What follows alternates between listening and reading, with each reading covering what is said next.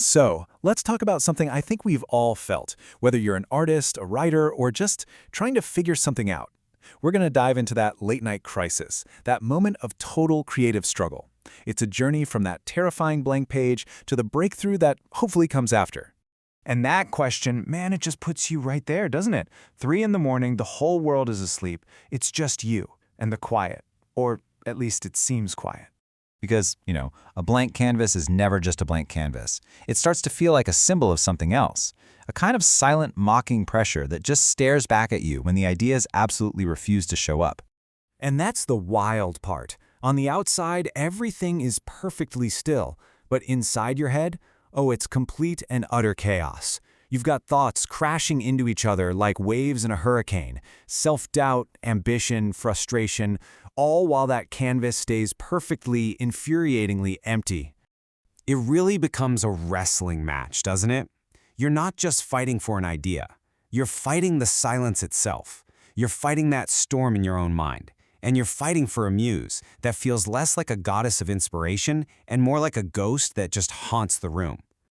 So let's break this down.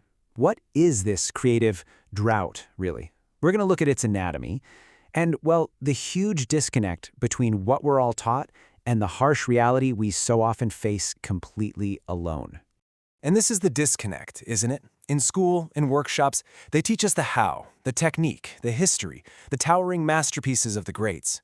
But what they don't prepare you for is the psychological part, the drought, the silence, the absolute desperation when it all just stops.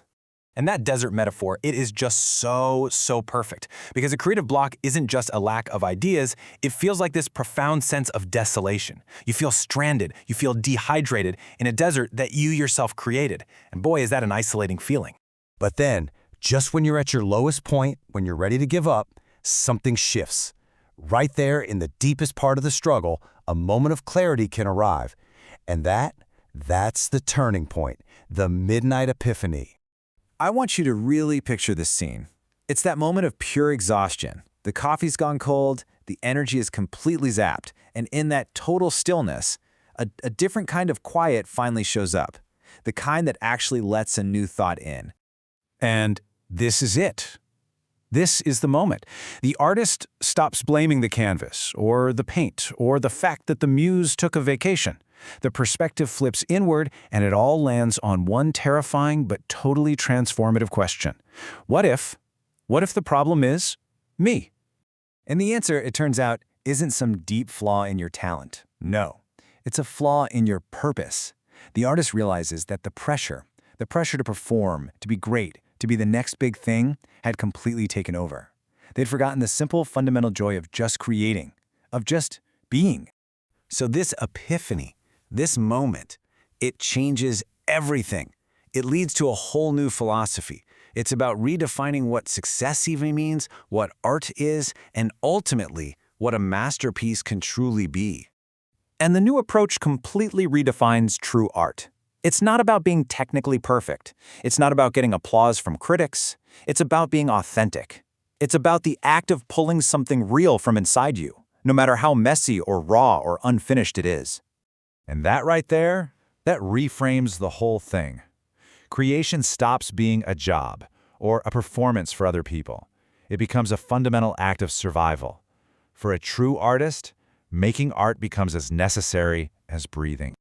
So with this new philosophy, you get a whole new strategy. And honestly, it's the complete opposite of what you'd expect. Instead of fighting the block, the artist learns to do something totally counterintuitive, to embrace it. Yeah, think of it less like a battle plan and more like a peace treaty. You actually invite the block in for a cup of tea. You get to know it, you try to understand it, and by doing that, you turn it from this paralyzing enemy into a kind of teacher. Victory isn't about defeating the block anymore, it's about finding the meaning inside the struggle itself. And this is the profound payoff. The most meaningful, the most powerful work doesn't always come when you're overflowing with inspiration. Sometimes it comes from that barren desert, where every single drop of color you manage to put down feels like this monumental, incredible victory. The hardship becomes the very source of your deepest art. So for anyone out there listening to this, if you're in your own midnight crisis right now, just remember this. That drought is not forever. that storm inside you will break. And what comes out of it, it's going to be beautiful. Not because it's perfect, but because it's real and because it's yours. So let's end with that. A little toast to our own blank canvases, whatever they may be. Because this whole thing, it reframes the experience. It's not a failure, it's an opportunity. So maybe we should stop asking, what am I going to create, and start asking a different question. What is this struggle going to teach me?